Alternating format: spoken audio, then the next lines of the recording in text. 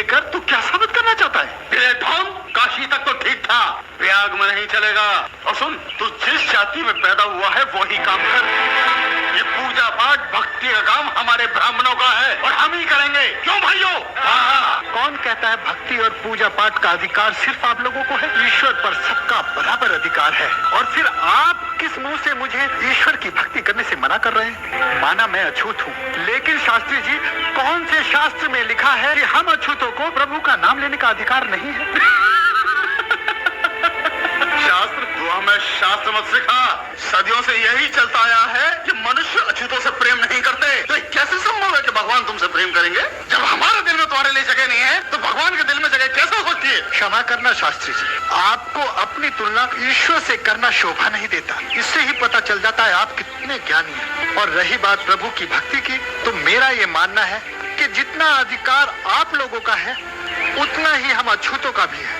हम भी उसी परमपिता परमेश्वर की संतान है जिसकी आप लोग हैं। तो ठीक है, तो आज ये बात साबित हो ही जाएगी कि प्रभु का सच्चा भक्त कौन है और पूजा करने का अधिकार किसको है, तुम्हें या हमें? शास्त्री जी, आखिर आप कहना क्या चाहते हैं? मैं आपका मतलब नहीं समझा। विदास, हम अपना अपना सालिग्राम गंगा जी में बहाएंगे। जिस किसी का भी सालिग्राम नदी पे तैरेगा वही सच्चा भक्त होगा, वही प्रभु का आराधक होगा। क्षमा करें शास्त्री जी, मैं किसी भी तरह की शर्त लगाने के पक्ष में नहीं। जरा आप ही मुझे बताइए कि हम एक दूसरे को छोटा बड़ा साबित करने के चक्कर में प्रभु का इम्तिहान क्यों ले? आप लोग बड़े हैं, बड़े ही रहें। हम लोग छोटे हैं, छोटे ही ठीक हैं। इसमें शर्त लगाने की कोई आवश्यकता नहीं है। लेकिन एक बात जरूर है, हमसे प्रभु की भक्ति करने का अधिकार कोई नहीं छीन सकता।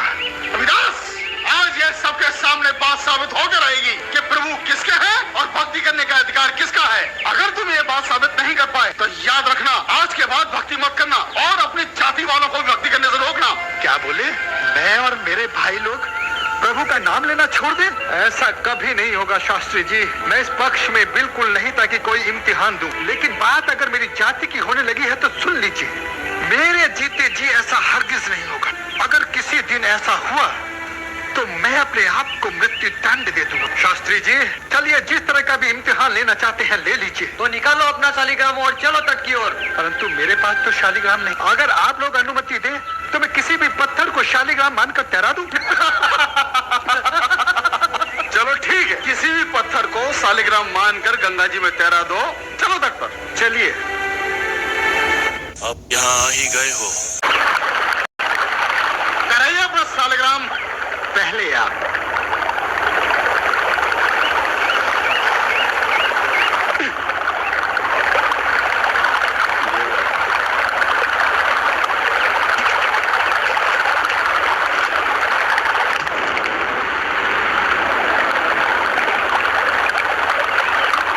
हे ईश्वर, मेरी भक्ति की लाज रखना।